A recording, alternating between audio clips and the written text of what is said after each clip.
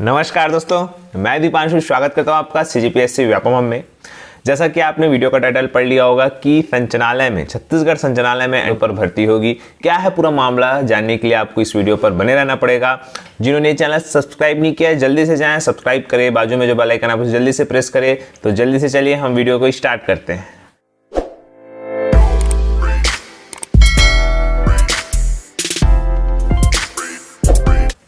तो देखिए, वीडियो को स्टार्ट करने से पहले मैं आप सभी को बताना चाहूँगा कि कल जो मैंने वीडियो डाला था उसमें बहुत सारे कमेंट आए थे। तो देखिए, बहुत सारे कमेंट में वैकेंसियों से संबंधित चीज़ें पूछी गई थी कि ये वैकेंसियाँ कब निकलेगी, वो वैकेंसियाँ कब निकलेगी। तो देखिए, जैसे जैसे जिन वैकेंसियों के बारे में जानकारी मिलती है, अपडेट मिलता है, मैं आप सभी को देता हूँ। देखिए, बहुत सारे लोगों को जो एडीओ भर्ती से संबंधित जानकारी लेना चाह रहे थे, तो देखिए, जो एडीओ भर्ती का मतलब है, जो मैंने आप सभी को पहले ही बता चुका है, सहायक विकास विस्तार अधिकारी, जो ग्रामीण एवं पंचायत विभाग से संबंधित है।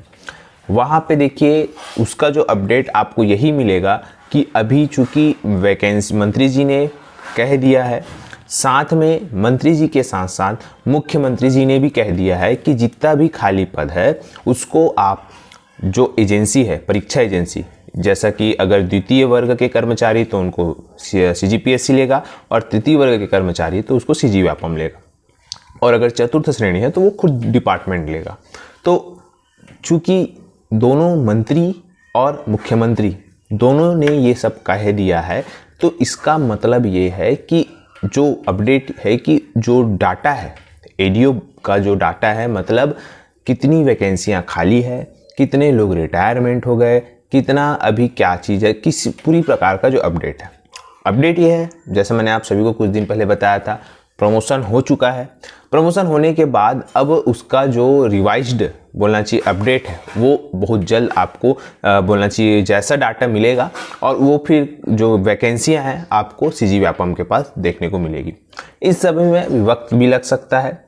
ये पूरी की पूरी विभाग के ऊपर डिपेंड करता है कि विभाग उस कार्य को कितनी त्वरित गति से करता है।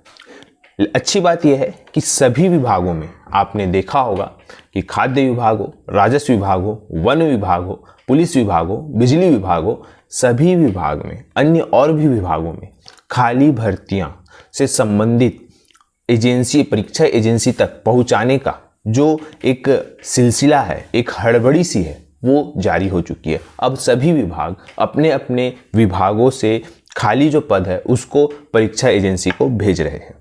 यही समय है जब व्यापम के पास अपार और बाढ़ सी वैकेंसियां आती है, और यही समय है सिलेक्शन होने का। तो आप सभी ये समय ना गवाइए और समय रहते आप अपनी तैयारी में जुट जाए। तो आशा करता हूं कि आपको जो एडीओ भर्ती से संबंधित चीज़ें हैं वो उसकी जानकारी मिल गई होगी। देखिए, वो विभाग के ऊपर है कि वो कितने जल्दी हो सकता है वो चीज़ें एक दिन में भी हो जाए, और हो सकता है वो चीज़ें एक साल में भी ना हो। ये पूरी की पूरी जो प्रक्रिया है अभी विभाग के ही पास है। विभाग से जैसे डाटा मिलेगा वो वित्त विभाग के पास जाएगा, वित्त विभाग से जैसे क्लेरिफिकेशन मिलेगा वो फिर परीक्षा एजेंसी के पास जाएगा। इस प्रकार से आप देखेंगे तो इसमें एक दिन का भी समय लग सकता है और एक साल का भी समय लग सकता है। तो फिलहाल मुख्यमंत्री और मंत्री के निर्देश के बाद जो है वो ये चीज़ें जल्दी होगी, ऐसा बताया गया है। आगे हम बात करते हैं कि और बहुत सारे लोगों का क्वेश्चन था कि सर आवश्यक वस्तु अधिनियम में हम कौन सी बुक से पढ़े, कहाँ से पढ़े। तो देखिए, मैं उन सभी को बताना चाहूँगा कि जो फूड इंस्पेक्टर भर्ती है उसमें जो आवश्यक वस्तु अधिनियम का जो पार्ट है 50 नंबर का, उसके लिए बहुत सी एकेडमियाँ बोलना चाहिए आपको बुक जो है वो प्रोवाइड करवाती है। आप कोई भी बुक ले सकते हैं, क्योंकि वो उसमें सभी, क्योंकि उसमें जो बोलना चाहिए नियम है, अधिनियम है, वो सेम रहते हैं। जैसे कि आप संविधान की कोई भी बुक उठा के ले लीजिए मार्केट में, उसमें आपको देखने को मिलेगा कि नियम और जो धाराएं हैं वो सेम रहती है, अनुच्छेद जो है वो सेम लिखे होते हैं। उसी प्रकार से आवश्यक वस्तु अधिनियम भी एक प्रकार का अधिनियम है, और उसको आप कोई भी बुक ले सकते हैं, उसमें जो सेम रहता है, जो धाराएं रहती है। अगर आपको पॉइंट टू पॉइंट देखना है तो आपको मेरे डिस्क्रिप्शन बॉक्स में लिंक दिया गया है, आप वहां पे मेरा वीडियो जाके देख सकते हैं। उसमें आवश्यक वस्तु अधिनियम की पूरी जो धाराएं हैं वो पूरी बताई गई है और अच्छे से बताई गई है, तो आप उस जाके तैयारी कर सकते हैं। बहुत सारे लोगों का क्वेश्चन था कि देखिए, सबसे महत्वपूर्ण बात यह है कि आपको अब व्यापम में बहुत फास्ट कार्य देखने को मिलेंगे। व्यापम से जो अपडेट मिल रहा है कि व्यापम अब आने वाले 2-3 दिनों में पीईटी का रिजल्ट जारी कर देगा। जैसे जैसे जितनी परीक्षाएं होती जाएगी, आप देखे होंगे कि पीईटी का एग्ज़ाम कब हुआ और उसका रिजल्ट कितने जल्दी आ रहा है। उसी प्रकार से अन्य प्रवेश परीक्षाओं का भी रिजल्ट जो है कंटिन्यू आते जाएगा। तो व्यापम के पास अब इतना काम का लोड हो रहा है, क्योंकि जाहिर सी बात है व्यापम ने पिछले 2 साल से कोरोना के कारण भर्तियां नहीं ली है, जिसकी वजह से अब उनके ऊपर इतना प्रेशर आ रहा है कि वो बहुत जल्दी से जल्द हर जगह काम करेंगे। तो आपको देखने वाली बात है कि पटवारी भर्ती, राजस्व निरीक्षक भर्ती, फूड इंस्पेक्टर भर्ती। बहुत सारे लोग पूछ रहे थे कि सर अमीन भर्ती के बारे में तो किसी ने भी नहीं कहा है, आप कैसे कह रहे हैं। देखिए, मैंने अमीन भर्ती से संबंधित चीज़ें जब जल संसाधन विभाग में मैंने आप सभी को जो मेरा रेगुलर वीडियो देखते हैं उनको मालूम है कि मैंने जब जल संसाधन विभाग का लेटर दिखाया था तो उसमें अमीन का भी पद था, और ये अमीन का पद आप सभी को बताना चाहूँगा बहुत जल्दी ही आएगा। ऐसा बताया गया है कि जल संसाधन विभाग ने सभी चीज़ें क्लियर हो चुकी है। अब व्यापम के पास जो है बहुत सारी भर्तियों का प्रस्ताव आ चुका है, अमीन भर्ती, और साथ ही साथ बहुत सारे लोग हॉस्टल वार्डन से अपडेट चाह रहे थे। तो देखिए, हॉस्टल वार्डन में देखिए अभी जो चीज़ें चल रही वो ये है कि हॉस्टल वार्डन में जो हॉस्टल अधीक्षक जिसको बोलते हैं उनका चूँकि प्रमोशन होगा। प्रमोशन होने के बाद जैसे ही उनका प्रमोशन होगा, प्रमोशन होने के बाद सीटें खाली हो जाएगी। चूँकि देखिए यहाँ पे 2 प्रकार से चीज़ें हैं। अगर विभाग चाहे तो आज के आज भी वैकेंसी निकाल सकता है, और अगर विभाग चाहे तो जैसे इनका प्रमोशन होता है, प्रमोशन होने के बाद इनकी वैकेंसियां तो निकलेगी ही निकलेगी। लेकिन फिलहाल ऐसा है कि अभी अपडेट ये है कि कहा गया है विभाग से कि अभी हॉस्टल अधीक्षकों का प्रमोशन होगा। प्रमोशन होने के बाद जो सीटें रिक्त होंगी वो जो है भर्ती के लिए आएंगी, ऐसा बताया गया है। रही बात, बहुत सारे लोग विधानसभा भर्ती जो 2019 में निकली थी सहायक ग्रेड 3 की, तो उनके संबंध में बहुत सारे लोग बोल रहे थे कि ये भर्तियां रद्द होगी। तो देखिए, मैं उन सभी को बताना चाहूँगा ऐसी कोई भी बात नहीं है।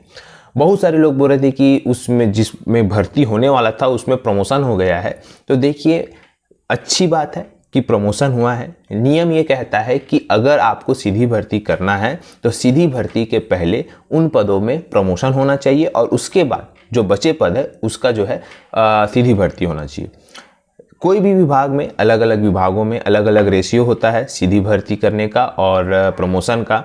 जैसे मैं एग्जाम्पल के थ्रू आप सभी को समझाने की कोशिश करूं तो जैसे 100 पद है तो 100 पद में अगर 60% प्रमोशन से भरे जाएंगे और 40% पद जो है वो सीधी भर्ती से भरे जाएंगे। इस प्रकार से अलग अलग विभागों में अलग अलग नियम रहता है।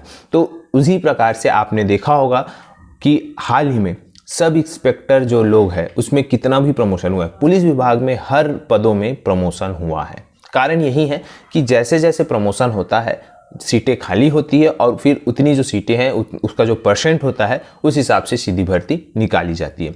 पुलिस विभाग में आपने देखा कि कंटिन्यू प्रमोशन हुए हैं। इसी प्रकार से अन्य विभागों में भी प्रमोशन हुए, चाहे वो ग्रामीण विकास विभाग में एडीओ से रिलेटेड हो या जो उद्यानिकी अधिकारी से रिलेटेड हो, हर विभाग में प्रमोशन हुआ है। तो उससे फ़ायदा यही है कि प्रमोशन होना यही सूचक है कि सीधी भर्ती होगी। मैंने आप सभी को विधानसभा से संबंधित चीज़ें भी बता चुकी, भर्ती से संबंधित। तो आशा है कि आपके पूरे कमेंट का आंसर पूरे कमेंट का जो जवाब है मैंने दे दिया हूँगा।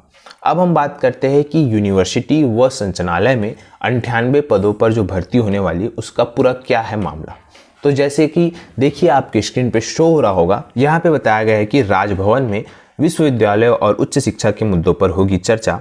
यूनिवर्सिटी और संचालनालय के रिक्त पदों पर भर्ती व फीस पर 29 तारीख को निर्णय होगा। बताया गया है कि करीब 3 साल बाद 29 सितंबर को राजभवन में समन्वय समिति की बैठक होगी। इसमें संबंधित प्रमुख मुद्दा विश्वविद्यालयों के रिक्त पदों पर भर्ती का होगा। राज्य में संचालित सभी 6 अकादमी विश्वविद्यालयों, क्षेत्रीय कार्यालयों, संभाग कार्यालयों और उच्च शिक्षा संचालनालय में अफसरों से लेकर भृत्य तक के रिक्त पदों पर भर्ती का मुद्दा प्रमुख होगा। सभी स्थानों को मिलाकर 183 पद स्वीकृत है। इसमें से मात्र 81 पदों पर ही नियमित कर्मचारी सेवाएं दे रहे हैं। इस प्रकार से आप देखेंगे लगभग 102 पदों पर नियमित कर्मचारी सेवाएं दे रहे हैं, मतलब खाली है 102 पद और जो पद है वो भरे जाएंगे। अन्य सभी पद रिक्त है। इसमें उच्च शिक्षा से जुड़े सभी विभाग के काम प्रभावित हो रहे हैं। यहाँ पे बहुत सारी चर्चाएं भी होंगी उस दिन, तो ये आप लोगों के लिए बहुत ही अच्छी खबर है। तो अब अगर आप देखेंगे कि बहुत सारी वैकेंसियां आपको कंटिन्यू आने वाले दिनों में देखने को मिलेगी, चाहे वो डाटा एंट्री ऑपरेटर हो, लेखापाल भर्ती हो, सहायक ग्रेड 3 और स्टेनोटाइपिस्ट हो, या बहुत सारी वैकेंसियां जो है वो आपको जल्द से जल्द देखने को मिलेगी, क्योंकि पदों में बम्पर भरमार है। जो बहुत सारे पद है वो रिक्त है। और रही बात यूनिवर्सिटी में, आपने देखा होगा कि CSBTU ने भी कुछ सालों पहले जो है वो भर्तियां ली थी और उसका जो चीज़ें हैं वो जो भर्तियां हैं वो रुक गई है। तो उसके लिए भी जो निर्णय है वो उस तारीख को हो जाएगा, ऐसा बताया गया है। तो बहुत सारी चीज़ें जो है वो धीरे धीरे क्लियर हो रही है, चाहे वो सब इंस्पेक्टर भर्ती हो, चाहे वो मंडी निरीक्षक की भर्ती हो, चाहे वो ACF से भर्ती संबंधित हो, वो सारी चीज़ें आपको धीरे धीरे देखने को मिलेगी और बहुत जल्द आपको CGPSC में भी आने वाले कुछ ही दिनों में नई वैकेंसियां देखने को मिलेगी। तो एक यही पॉजिटिव न्यूज़ आप सभी को देना था। आशा करता हूं कि आपको ये जानकारी अच्छी लगी होगी। अगर आपको ये जानकारी अच्छी लगी तो इसे लाइक करें, शेयर करें और सब्सक्राइब करें, तथा आप सभी को ये वीडियो देखने के लिए बहुत बहुत धन्यवाद। स्वस्थ रहे, मस्त रहे।